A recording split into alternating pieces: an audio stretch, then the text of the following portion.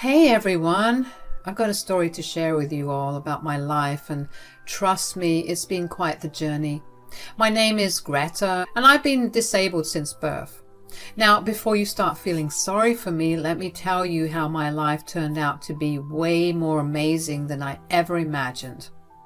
Growing up, I had my fair share of challenges. Society often made it seem like living a normal life was out of reach for me, but I refused to let that define me. Sure, there were times when I felt frustrated, but I always believed that with hard work and determination, I could create a life I loved. One thing that kept me going was my supportive family, especially my wonderful mother-in-law, Irma. She's an absolute gem. From the moment Oliver and I tied the knot, Irma embraced me like her own daughter. Her unwavering love and encouragement gave me the strength to pursue my dreams. Shortly after marrying my amazing husband, Oliver, I stumbled upon a remote job opportunity in content writing and affiliate marketing. Being an online job, it seemed like a perfect fit for me. I could work from the comfort of my home and manage my schedule according to my needs. Now, let me tell you, it wasn't all smooth sailing. Starting a new job, especially in an online space, came with its own set of challenges. But I was determined to succeed. I poured my heart and soul into my work, constantly honing my writing skills and learning everything I could about affiliate marketing. As time went on, I was pleasantly surprised to see my hard work paying off. The best part was that I started earning a considerable amount of money from my job. I never thought I'd make this much, but life had other plans for me. I was ecstatic, and Oliver was incredibly proud of my achievements. Within a year, my income reached a jaw-dropping $25,000 a month. I couldn't believe it. I went from doubting my abilities to becoming a successful content writer and affiliate marketer. It was like a dream come true, and I felt a sense of fulfillment that I had never experienced before. With the money coming in, Oliver and I were able to live more comfortably than we ever imagined.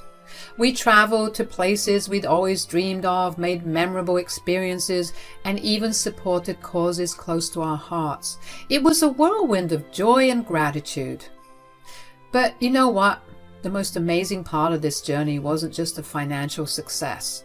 It was the realization that my disability didn't define me or my capabilities. I found my passion and my purpose and discovered that I could achieve anything I set my mind to. So here I was, a disabled woman bound to a wheelchair, experiencing incredible success in my career and basking in the love and adoration of my husband, Oliver.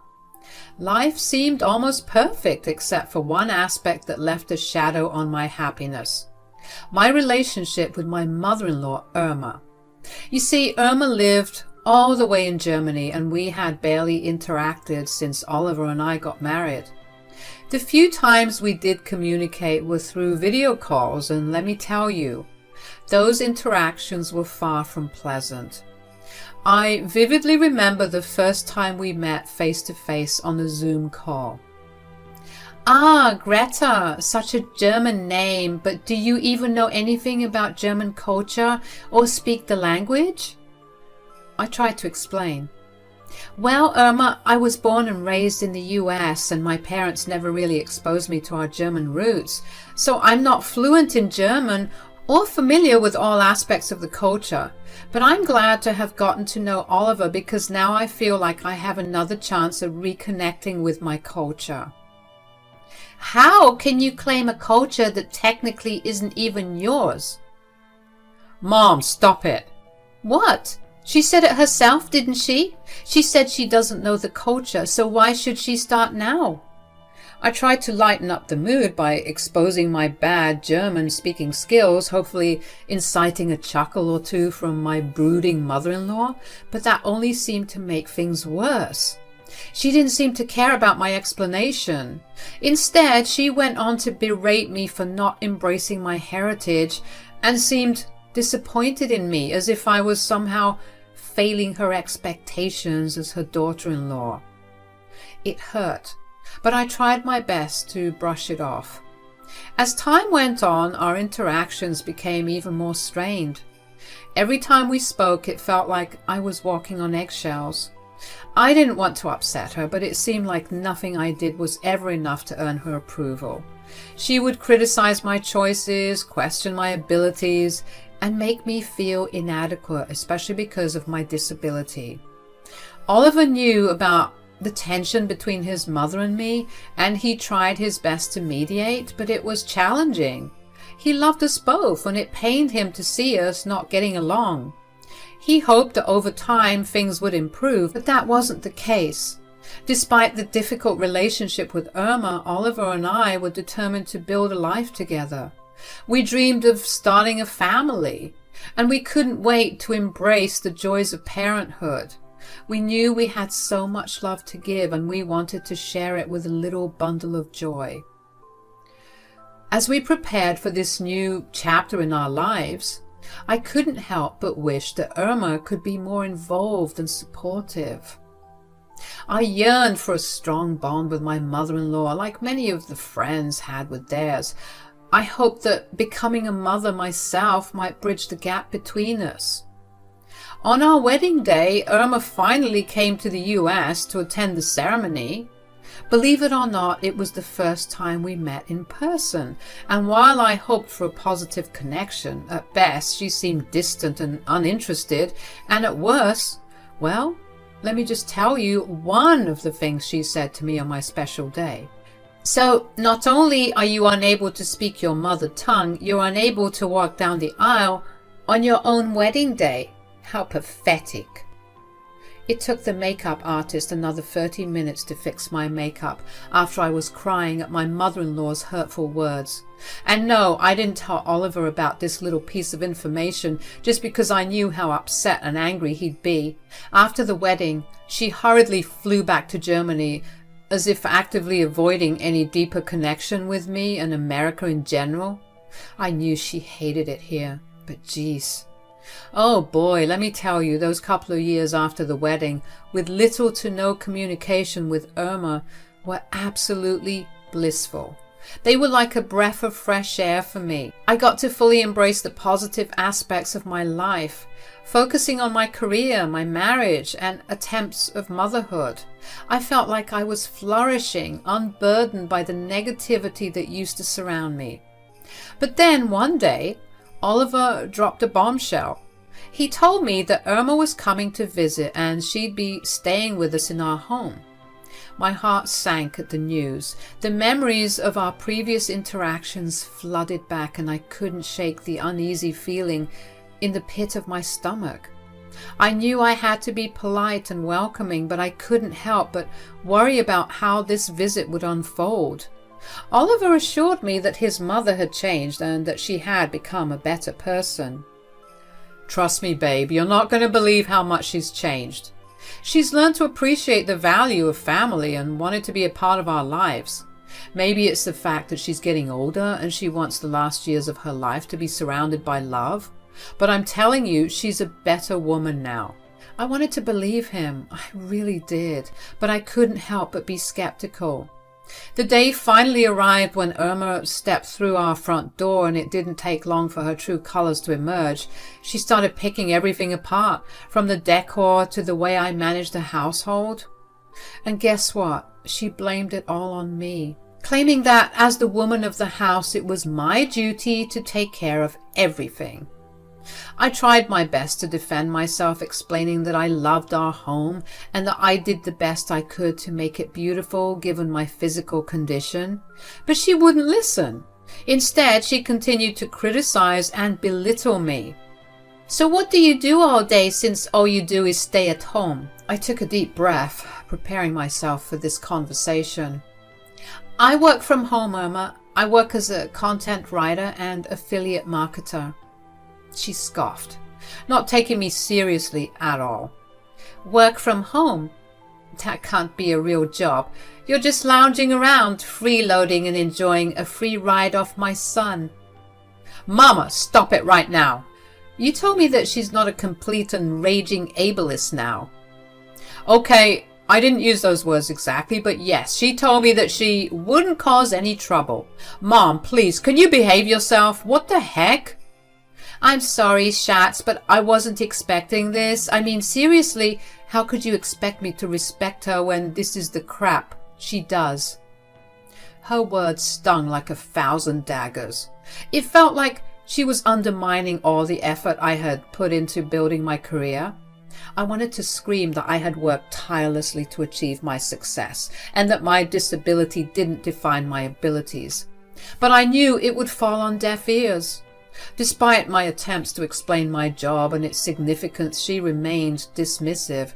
She treated me like I was a child who had no idea about the real world. It was infuriating and hurtful all at once. Throughout her stay, Irma made it clear that she didn't respect me or my choices. She kept comparing me to other women who were more traditional in their roles, making me feel inadequate and worthless. As the days passed, Irma's cruel and demeaning behavior only seemed to intensify during her stay with us. It was as if she was on a mission to make me feel small and insignificant. She had this uncanny ability to disturb me when I was working, questioning why I was always hiding behind a computer instead of putting more effort into cooking and cleaning and making our home look better. You know, all that traditional crap that she was obsessed with. At first I tried to reason with her, standing up for myself and explaining that my work was important and deserving of respect. But dealing with her constant rudeness was exhausting, and her intimidating presence made it even harder to assert myself. Sometimes I found the strength to fight back, refusing to be disrespected in my own home. Other times I would shut down, unable to handle the emotional toll her words took on me, and I'd excuse myself to cry it out in private. I confided in my husband, hoping he could offer some support or advice on dealing with his mother. As usual, he sympathized with me, but he didn't know what to do either. It seemed like we were both at a loss, unsure of how to handle this situation that had become increasingly uncomfortable. One night, after yet another unpleasant encounter with Irma, I made the difficult decision to share a painful memory with Oliver. I mustered up the courage to tell him about what happened on our wedding day, how Irma had made me ruin my makeup by being so blatantly ableist and disrespectful towards me on my special day. Oliver's reaction was one of fury. Honestly, I was a little bit scared. His face turned red and his eyes blazed with anger as he stomped out of our bedroom. This all went down in the middle of the night, by the way, but he didn't care.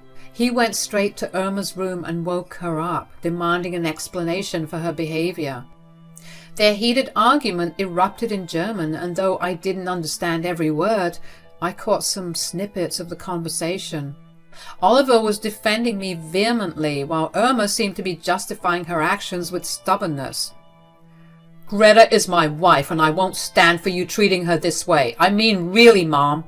On our wedding day? Irma's tone remained dismissive. She's just a child, Oliver. Relying on you for everything, you deserve someone better. She then turned to me and said, Get out of here, freeloader.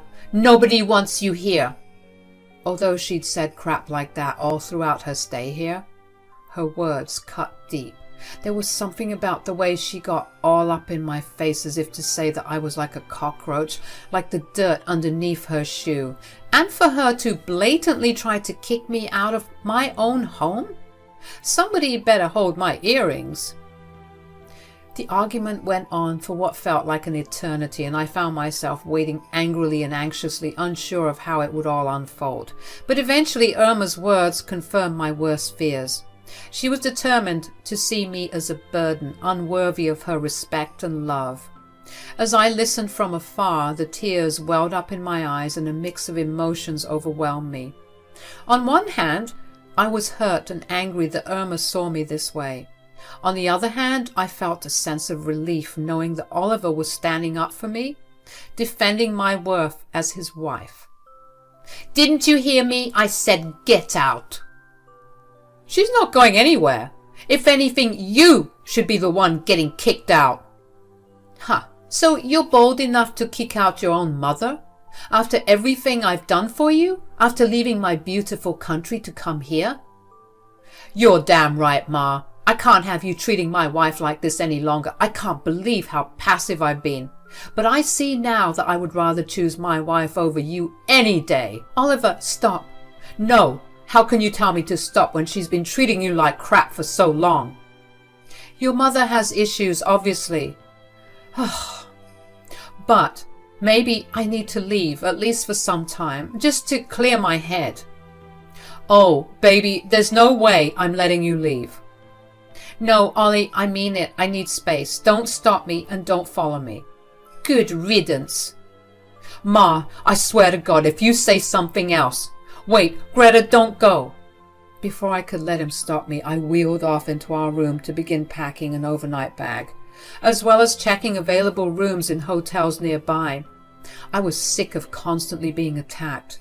It was cruel and unfair, and I didn't want to see that lady's face for a second longer. I heard Oliver and Irma continue to argue, but I didn't have the energy to interject a second time.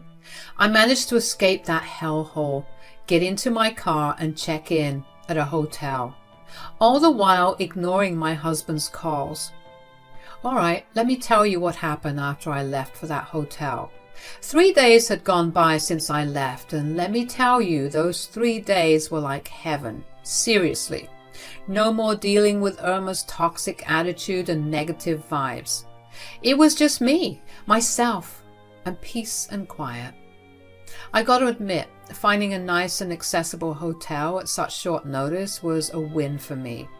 It made me realize how blessed I am, despite my ability to have the means to treat myself to a little escape like that.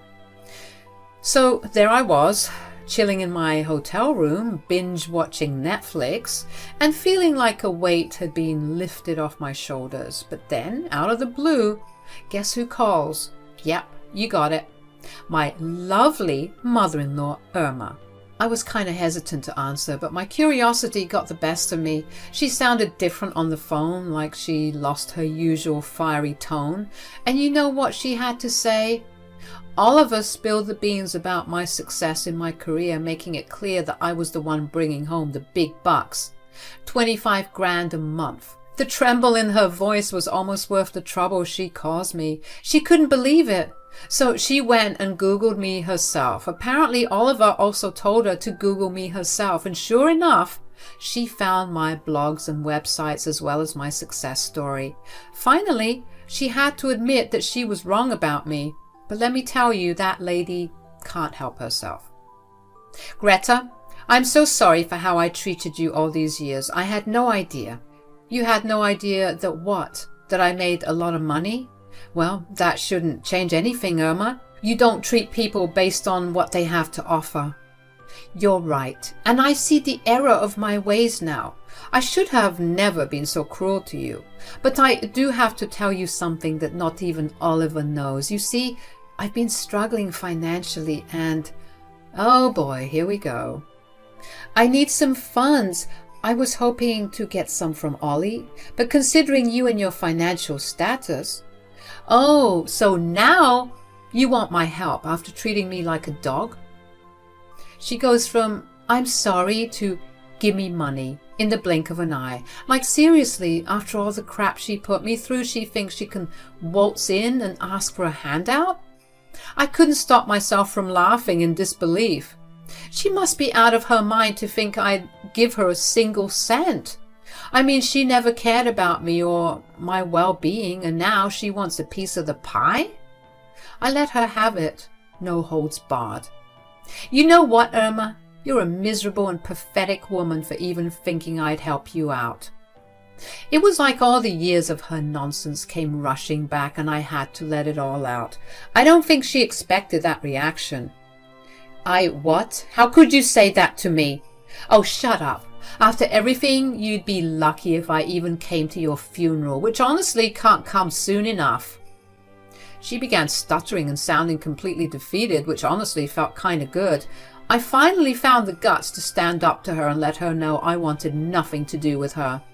Here's what's going to happen, Irma.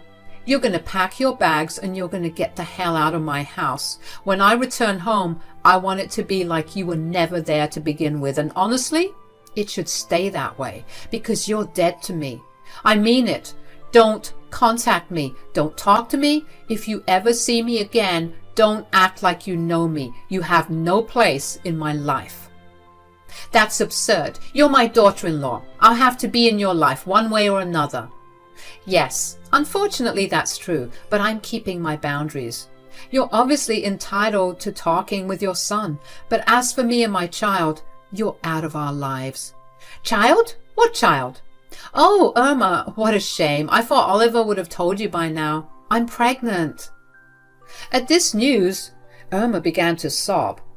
I didn't think I'd ever hear her do that. I was shocked, believe me. She started a whole spiel about how she always wanted to have grandchildren. Well, it's too bad that you won't be in my child's life. I'm sorry, Irma, but you've done enough damage, and as a mother, I can't let you taint my child's life with your toxic and evil behavior. Greta, please, don't do this to me. Go to hell, Irma. I'll be coming home in the next hour. You'd better be out by that time, or else I'm a-calling the cops. A few more futile attempts at regaining access to my life were made, but my mind was already made up. She was a twisted woman, and I didn't feel the least bit bad for kicking her out of my home and my life. I didn't care that she regretted her decisions. All I cared about was the health of my baby. The love that Oliver and I couldn't wait to share with them, as well as our growing success. Bitter people deserve bitter endings, and I'm not sorry for it one bit.